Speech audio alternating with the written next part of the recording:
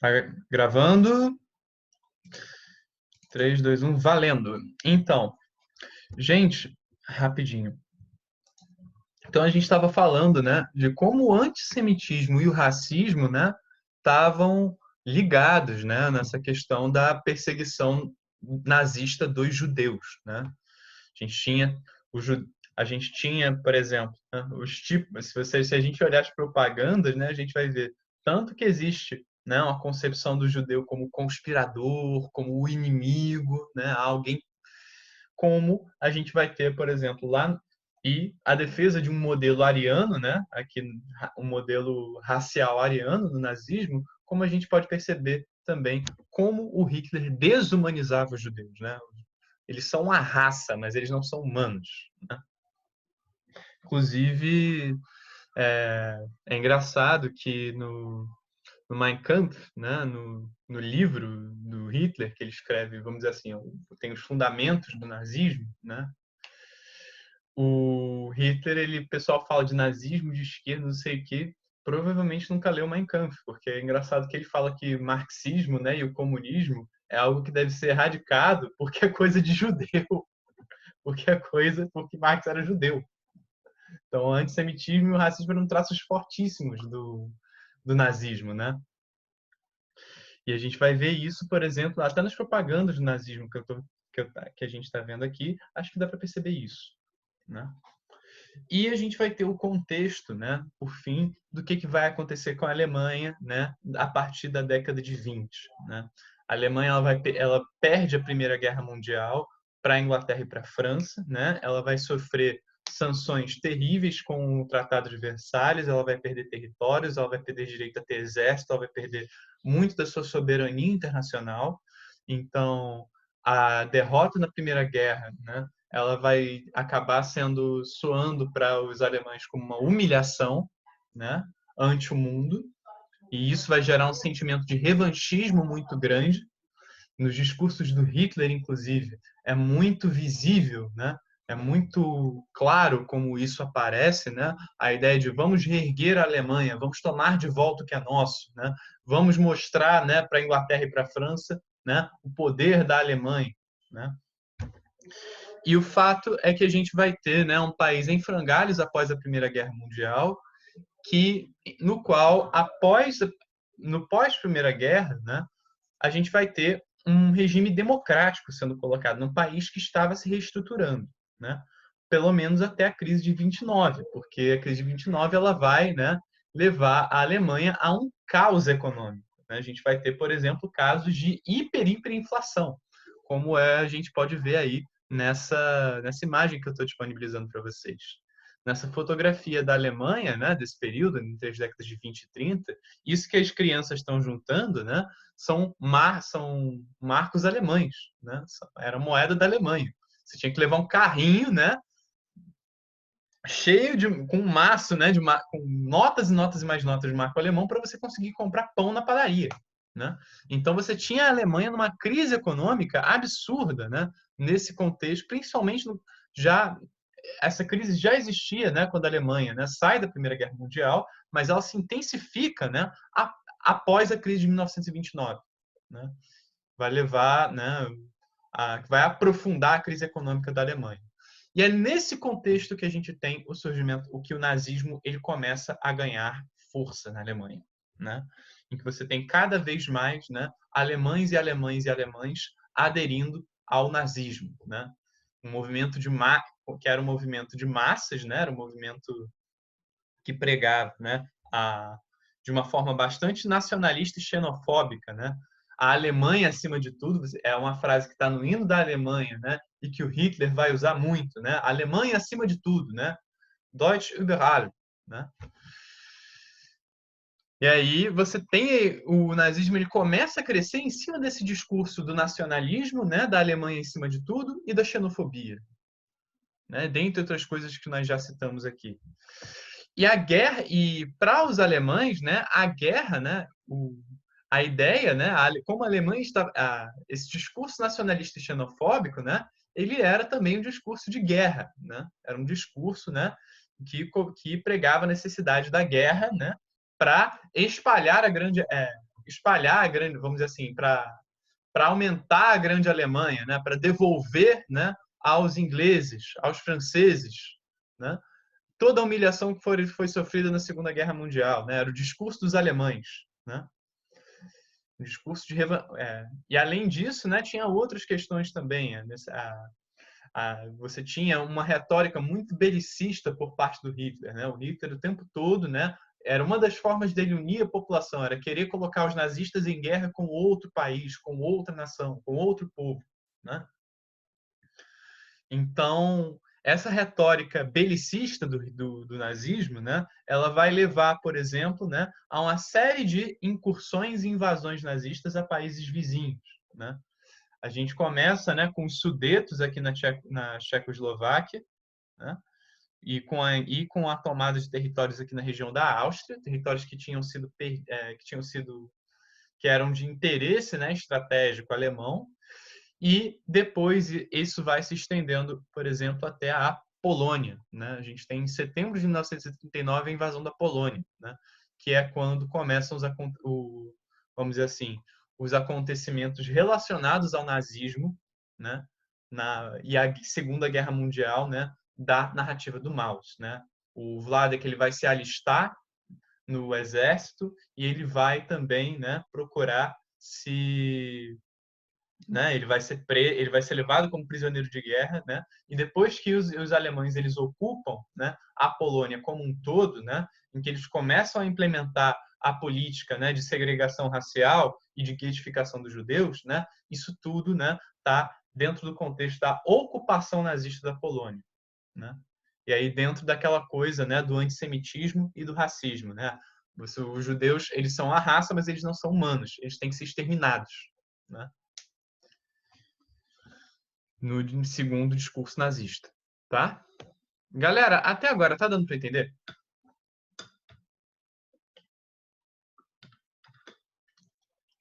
Não tá dizendo que sim? Falem no chat aí qualquer coisa, quem não quiser ativar o microfone, tá?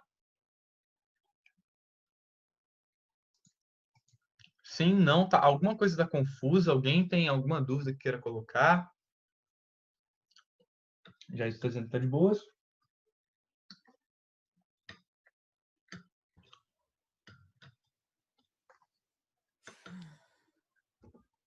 Beleza. Terminando já, tá? Só engolir aqui o munguzá. Eu tenho uma dúvida em relação à retórica o posicionamento da França Sim. e da Inglaterra diante dos acontecimentos que vinham sucedendo em relação à Alemanha. O professor Então, falou que anteriormente eles tinham... inicialmente havia uma política de não interferência por conta do medo de uma nova guerra, né? Dentre outras questões. Depois, né, ante essas invasões, né, é que você vai ter uma reação da Inglaterra e da França, né? Essas invasões, inclusive a invasão da Polônia, né? A Quando Segunda eles Guerra invadem a Mundial, Polônia, né? vamos dizer assim, a Segunda Guerra Mundial, né, ela começa, né, a partir das invasões nazistas, né, e por conta dessas invasões, você vai ter a Inglaterra e a França declarando guerra à Alemanha. A Mas França, aí... ela vai ser tomada na Segunda Guerra Mundial. Os alemães eles ocupam a Sim. França. Sim, mas eu fico, tipo, porque eles tinham assinado o Tratado de Versalhes lá, que É, falava sobre o exército alemão, sobre o isso. poderio, como é Uhum, que fala, bélico e tudo exato, mais. E a Alemanha foi quebrando aquele trato pouco a pouco e os países ficavam olhando exato. e não fizeram, tipo, nada Não, para eles tentar tentavam impedir aplicar ou parar. sanções, eles tentavam reagir de alguma forma, mas havia o receio de uma nova guerra começar, entendeu? A experiência da Primeira Guerra ainda era muito recente, né? E a Primeira Guerra ela foi um desastre em termos humanos, né? Nunca uma guerra Uhum. tinha matado tanta gente, né? Então, ao mesmo tempo que existia isso, né, existia também, né, existia essa indignação com vamos dizer assim, esse desacordo, né, entre Inglaterra e França em relação à Alemanha, mas você também tinha o medo de uma nova guerra mundial, né, que acabou acontecendo. Então eles meio que estavam tentando deixar o Hitler lá satisfeito para não acontecer uma nova guerra. Não era bem satisfeito, né? Era tentando, eles na verdade você tinha articulações políticas para tentar deixar o Hitler, vamos dizer assim, no seu lugar, né? Tipo, olha, você fica aí, você fica quieto, tá? Nada de invadir outros países, né? que os alemães diziam? Não, foi a nossa última invasão. Aí iam lá e invadiam de novo. Não, foi a nossa última invasão. Iam lá e invadiam de novo. Né? Aí, por conta dessas coisas sucessivas que foram acontecendo, né, dessas invasões sucessivas, né, aí a Inglaterra e a França entraram no jogo e declararam guerra. Né? Entraram na guerra. Só depois que invadiram a Polônia, né? Não, depois que eu não vou saber especificar o momento, né? Mas começa por conta dessa política de invasões, né? Dos nazistas, Certo. Ok, entendi. inclusive da Polônia, tá? Ok. Então, alguém mais com alguma dúvida que eu possa solucionar? Tá de boa? Peraí, Ramila, entra aí, Ramila. Chega mais. Tá de boas até agora? Né? Alguém com dúvida? Então, vamos falar, né, do último tópico aqui dessa breve apresentação que eu tinha pensado para vocês, né? Mas falar um pouco de como o autor usa a linguagem das HQs, tá? Primeiro ponto, né? Eu trouxe esse quadrinho aqui de um livro que eu disponibilizei para vocês, chamado Desvendando os Quadrinhos, né? É um livro que eu já falei dele algumas vezes aqui para vocês, né? Que é um quadrinista falando das regras dos quadrinhos, né? Por meio dos quadrinhos, né? Das regras de produção dos quadrinhos, vamos dizer assim, de como se produz um quadrinho por meio dos quadrinhos. Ele fala de todos os recursos, né? Gráficos, verbais, visuais, né? Que os autores de HQ se utilizam, né? Para construir uma história. E ele vai falar muito, né? Da questão da cartoonização, né? Da questão de ele vai falar muito do cartoon, né? E o que ele vai falar sobre o cartoon? Aí tem aqui. Definir o cartoon exigiria tanto espaço quanto definir os quadrinhos, mas por ela vou analisá-lo como forma de amplificação através da simplificação. Aí o que ele quer dizer com isso? Vamos para o próximo quadro. Quando abstraímos uma imagem através do cartoon, não estamos só eliminando os detalhes, mas nos concentrando em detalhes específicos. Ao reduzir uma imagem a seu significado essencial, um artista pode ampliar esse significado de uma forma impossível para a arte realista. Então, tá dando para ver aqui, né, que você tem tipo uma arte hiperrealista, né, quase como se fosse um retrato, né, tá bem pixelizado, mas acho que dá para perceber. Aí você tem uma escala, né, um desenho mais realista, um desenho, né, menos realista, um desenho menos realista ainda, né, cada vez mais simplificado, até chegar no boneco de palitinho, né? O que é isso, né? É quanto mais você simplifica o desenho, né? Quanto mais você cartooniza, né? Mais você está, né? Transformando aquilo, né? Em uma ideia. Mais você está transformando aquilo, né? Em algo amplo, em algo abrangente, porque você está tirando as especificidades para construir, né? Algo com o qual todo mundo possa se identificar. Deixa eu só usar um exemplo aqui. Vamos voltar lá para o André Dahmer, que a gente viu na sessão passada.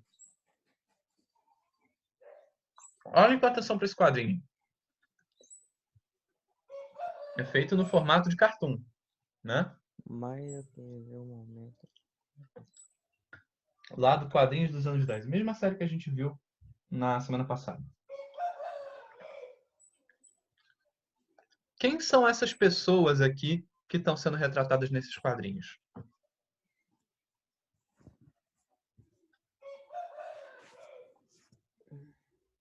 Quero que vocês me respondam. Podem ligar o microfone.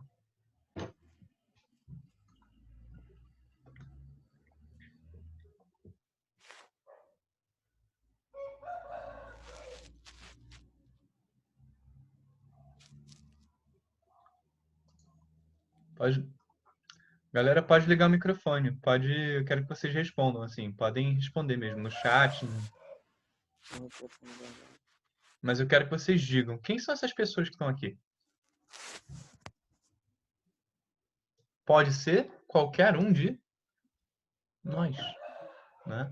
Porque aqui não está, nessa parte aqui, o foco não está na pessoa, no indivíduo. O foco está na ideia, né? Então você elimina você faz um desenho, né, amplo e genérico, né? Você tira os detalhes, né, para permitir com que mais pessoas se identifiquem com aquilo dali, Pode ser qualquer um, né? E o quadrinho ele faz muito isso, né?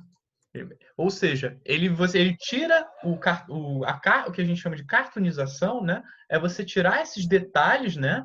Se vocês forem ver, por exemplo, Maus não é um quadrinho, vamos dizer assim, com um desenho, né? Que a gente possa chamar de realista, né? Você tem ali o rosto você vê que aquele rosto é um rosto quase fotográfico. Não é isso, né? Mas você transforma, né, ele num desenho amplo, né, mais genérico, com menos detalhes, né, para enfatizar a ideia, para enfatizar, né, o fato de que aquele dali, né, aquela figura ali, pode ser qualquer um de nós, né?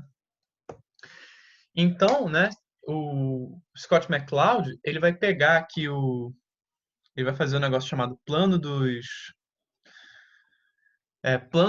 da figura, né? E quanto mais para aí a gente tem aqui, né, os dois pontos, né? Quanto mais para cá, né, mais real, né? Mais distante tá da gente, né? Mais distante tá vamos dizer assim, da identificação do leitor, né? E quanto mais para cá, né, quanto mais para a direita, né, maior, né, é a cartoonização. Mais você tira os detalhes, né, para permitir essa identificação, para permitir esse foco na ideia e para permitir que o leitor se identifique com aquilo ali, né? Inclusive, né, não sei se está dando para ver, o número 74 aqui é o Vladek, né, desse espectro aqui que ele vai desenhar. Ou seja, quando o Art Spiegelman desenha os judeus como ratos, né, como ratos daquele jeito ali, ele não está fazendo isso à toa, né? Ele está usando algo que é da linguagem das histórias em quadrinhos, né?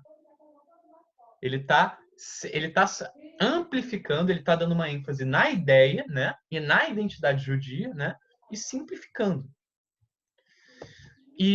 Mas isso que ele vai fazer tem muito a ver com as próprias imagens que os nazistas utilizavam para definir os judeus. Se a gente olha, por exemplo, essa propaganda aqui da Dinamarca, né, ocupada pelos nazistas, né, ratos, destruam-nos. Olha como é que o judeu está sendo retratado. Como um rato, uma ratazana, né? Então ele parte disso aqui, né, do vocabulário das HQs, né, essa coisa da cartoonização, né, para falar dos estereótipos, né, para falar dos judeus sendo desenhados como ratos, né, porque era como os nazistas viam os judeus, né, os alemães sendo desenhados como gatos, né, uma vez que eles perseguiam os nazistas, né, isso também vem do vocabulário da HQ. Aí vem os poloneses como porcos, os americanos como cachorros, os franceses como sapos e por aí vai, né? Ele pega o vocabulário da HQ, né, do cartoon, para falar dos estereótipos, né, que os nazistas impunham aos judeus. Desculpem, que os nazistas impunham aos judeus, tá? Galera, rapidinho, até agora tá dando para entender? É um pouco técnico isso, mas vocês estão conseguindo pegar?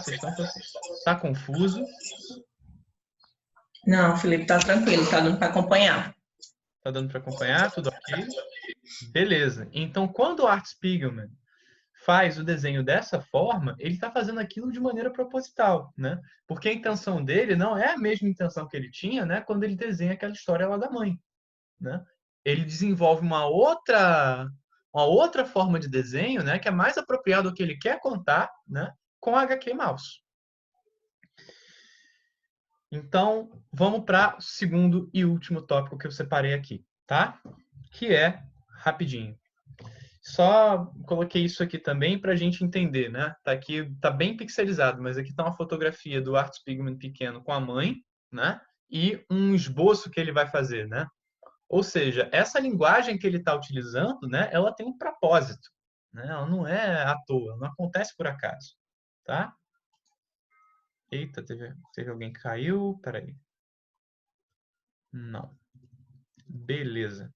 Vamos continuar então, rapidinho. Então vamos lá. Tá todo mundo vendo aí? Então vamos ao segundo e último ponto que eu queria notar, que eu queria trabalhar com vocês em relação à linguagem que o Art Spiegelman usa, né, em relação aos quadrinhos, tá? A gente precisa entender, quando a gente falou de arte sequencial, a gente falou de história em quadrinhos, né? tem uma coisa que é definidora da arte sequencial e da história em quadrinhos, que é você representar o tempo, né? Você representar os momentos no tempo, no espaço da página e no espaço do quadro, tá? Então, tá aqui o Scott McCloud de novo. Quando aprendemos a ler quadrinhos, aprendemos a perceber o tempo espacialmente, pois nas histórias em quadrinhos, tempo e espaço são a única coisa, ou seja, a gente mede o tempo, né, pela passagem pelo quadro, né, pelo que está dentro do quadro, pela passagem de quadro para outro, né. O tempo, né, ele está ali enquadrado, né, no espaço da página. Então, à medida que a gente vai lendo, a gente vai vendo o decurso das ações, né? Só um exemplozinho aqui que o Scott McCloud usa no livro, né? Isso aqui é para retratar movimento, né? Mas olhem como, à medida em que os quadros vão passando, né, a gente vai entendendo, né? A gente vai tendo a passagem aqui, um momento para outro, para outro, para outro, para outro, né? Então, quando a gente fala de história em quadrinhos, né, a gente está falando de você representar o tempo, né, o decurso das ações no espaço da página. E como é que o Art Spiegelman vai fazer isso, né? Ele muitas e muitas vezes ele vai fazer o passado entrando no presente, ou o presente entrando no passado. Porque o passado em Maus ele está sempre presente. Ele está presente no relato do pai, ele está presente na relação que o pai tem com o filho, né? Então, essas transições, né, tipo essa que o Art Spiegelman vai fazer, né, de um quadro, né? Tá aqui o quadro testemunho, aí ele faz uma transição, ele não pula o quadro, né? Ele faz uma transição suave para o presente, né? Isso tem a ver com a forma com que ele entende, né, a relação entre o passado e o presente. Para ele, o passado está no presente, né? O passado está ali nas lembranças do pai. O passado do pai está ali na personalidade difícil dele, né? E esse daqui vocês não leram, que é de Maus 2, tá? Esse outro quadro aqui, né?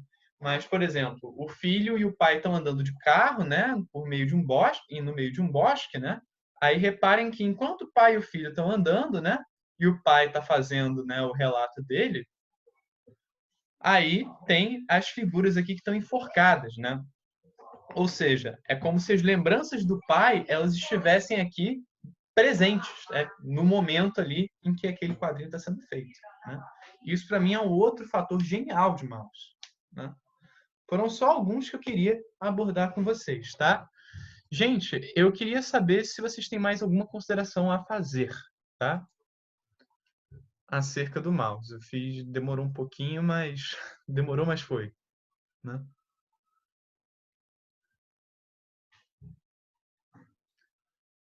Alguém gostaria de colocar mais alguma questão, etc e tal, né? Como já faz 2 horas que a gente está, 2 horas e alguma coisa que a gente está discutindo Maus aqui, né? Eu vou parar a gravação, né? Qualquer coisa vocês discutam no grupo, né? Porque considerando que ontem, né, tive 400, 500 mensagens, né? Então, acredito que qualquer coisa discutam no grupo aí, né? O grupo tá aí para isso, né? Para vocês discutirem quadrinhos, não só mangás, né? Embora eu goste muito de mangás, mas também os quadrinhos que a gente lê aqui, tá? Que a gente está lendo e discutindo aqui, tá? Então, eu vou parar a gravação e qualquer coisa a gente continua por lá. Muito obrigado a todo mundo, viu? Alguém quer colocar mais? Tô vendo que a galera tá um pouco mais calada, então vou encerrar por aqui, tá? Muito obrigado por permanecer essas 4 aberturas de reunião e 2 horas e tantos minutos aí no Zoom, aqui na sessão com a gente, tá? Valeu por criar as 4 reuniões, né? Acontece, eu não estava prevendo isso do Zoom. Tem o Hangouts, que é bom. O Hangouts eu não sei usar direito, né? Se ele permitir, né, reunião por tempo indeterminado, a gente pode ver a possibilidade de usá-lo, né? Mas eu vou querer usar ou ele ou o Teams na nossa próxima reunião, porque o Teams a gente tem acesso a ele no IF, é gratuito pra gente, né? E tá disponibilizado, tá? Aí é Pra vocês, importante gente. também, Felipe, Diga, lembrar Bruna. que quem não tiver com o e-mail acadêmico é bom fazer, né? Porque aí já auxilia na hora que for fazer pelo que ele leva cerca de 2 horas para ativar. Aí, Pois é. se puder fazer com antecedência, é melhor ainda. É bom a gente avisar isso no grupo. Pronto, beleza, ok. Pois tá bom, gente. Muito Beleza, então, obrigada. Até galera. a Muito próxima. obrigado aí pela reunião. Até a próxima reunião, quando a gente vai discutir Maus 2, tá? Volume 2, tá bom? Obrigada, tchau. Ok, Cheiro, gente. tchau, Obrigadão. tchau.